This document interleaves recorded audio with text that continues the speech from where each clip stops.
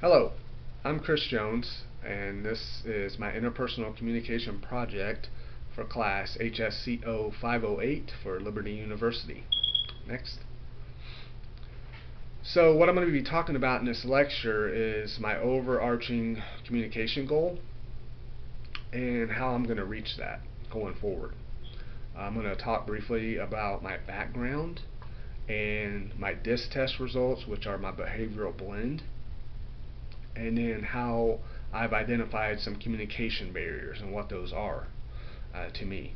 And then briefly discuss the resources and strategies that I'm going to use to overcome those barriers, and how I've developed an action plan specifically to get me going forward as a better communicator. Next. So interpersonal communication, as defined by Stewart in a text, is as the type or kind of communication that happens when people involved talk and listen in ways that maximize the presence of the personal. And the personable is in five measurables of unique, unmeasurable, responsive, reflective, and addressable. That's talking and listening. That's inhaling, exhaling, sending, receiving. It's all part of the communication, the back and forth. Burley Allen said that what does it feel like to really listen to someone else? Or what does it feel like when someone really listens to you? And that's interpersonal communication. Next. So my overarching goal is to make sure that I speak for myself with clarity and power. This means to start from a third person view and look at the outside picture. Listen with a sincere desire to understand what the other person is saying, and to make sure I express myself. To start with what matters most, and then avoid the terms like always or never, which I do have a bad habit of doing. Next. Now, my background, I've been married for 22 years. I'm in my 40s. I'm a Christian male. I have 5 children, all the way from graduating high school to kindergarten. I've always worked either in the military, corrections, or law enforcement, so I've always wore a uniform and kind of had a strict chain of command when it comes to communication in my career. When I was growing up, I moved around a lot, especially as a young child. I was always the new kid.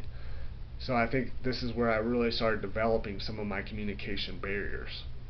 I had a single mother, and then I had younger brothers and sisters, so I was always the older one that kind of had to look out for them. So that kind of helped me develop some of my communication styles. Next. So my behavioral blend, what that means is everyone has a predictable pattern of behavior because of his or her specific personality. And there are 4 basic types. D, active and task orientated. I, active, people orientated. And then S, passive, people orientated, or C, passive, task orientated. Next. So what my test results were for Uniquely You was I'm a high S and a C, as is what's expected of me, and then this is me. I'm a S and a C in both. So my S is for stability and support, and then C is for quality and correctness. And just, the personality blend or results is never a poor excuse for poor behavior. So you can't take this to heart. This is not exact psychology. Next. So my strengths: patient, hardworking, peacemaking, careful, competent. And on the flip side of that, my weaknesses are easygoing, sometimes too passive, sometimes too nice, a little bit quiet, and then sometimes I move a little slow because of that whole cautious thing, always wanting to make sure what's going on. Next. So with these barriers, which are, too slow, too quiet, I don't speak up enough, sometimes I hold what I'm going to say because I don't feel comfortable, and then by the time I am able to speak, I kind of forgot where I was going to jump in, which kind of interrupts the whole communication process. Peterson says that talking has 2 parts. First, you got to determine what we think and feel, And then we have to share that with somebody. You just can't hold it inside. Next. So my resources and strategies through the Stewart text, I'm going to speak for myself with clarity and power. I'm going to start with what matters most. I'm going to say what I mean. I want to feel like I'm entitled to speak. I want to avoid that always term and then that never term.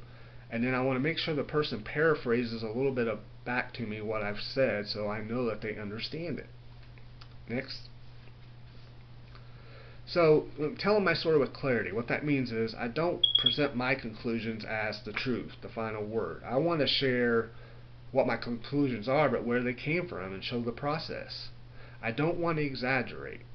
And I don't want to use those terms always and never where those are negatives. Those are not positive terms. Stewart says the secret of powerful expression is recognizing that you are the ultimate authority on you. Next. So my action plan. My Bible verse is, therefore, if anyone is in Christ, a new creation has come. The old is gone, the new is here. 2 Corinthians 5:17. So this is new. This is what I'm trying to get to be the better communicator. I want to be more assertive in the conversation. I want to be a better listener. I want to go from level 2 to 3 where I'm having issues to that level 1 empathetic listener. In a recent journal article, it was said that active listening behaviors such as asking questions, making eye contact, and then not interrupting the speaker are effective tools to use. Next. So, and I never want to be afraid to say what is needed. And I don't want to be afraid to repeat myself for clarity.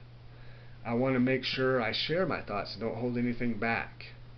And I fully express myself by speaking to the heart of the matter. Don't sugarcoat it. Get right to the point. Next. So in conclusion, the important things to remember is to know yourself, and that means to know your strengths and your weaknesses, to understand the barriers that are stopping you, to recognize them, to understand them, and then develop good strategies to overcome those barriers so they're no longer barriers. And then develop a proper action plan and stick to that and make sure that you're incorporating that into your daily communication. In another recent journal article, it said that communication is an integral part of life. Without it, we would not survive. Verbal and nonverbal communication begins at birth and ends at death. So from the time you're born till the time you die, that nonverbal verbal communication is going to happen. Okay, thank you.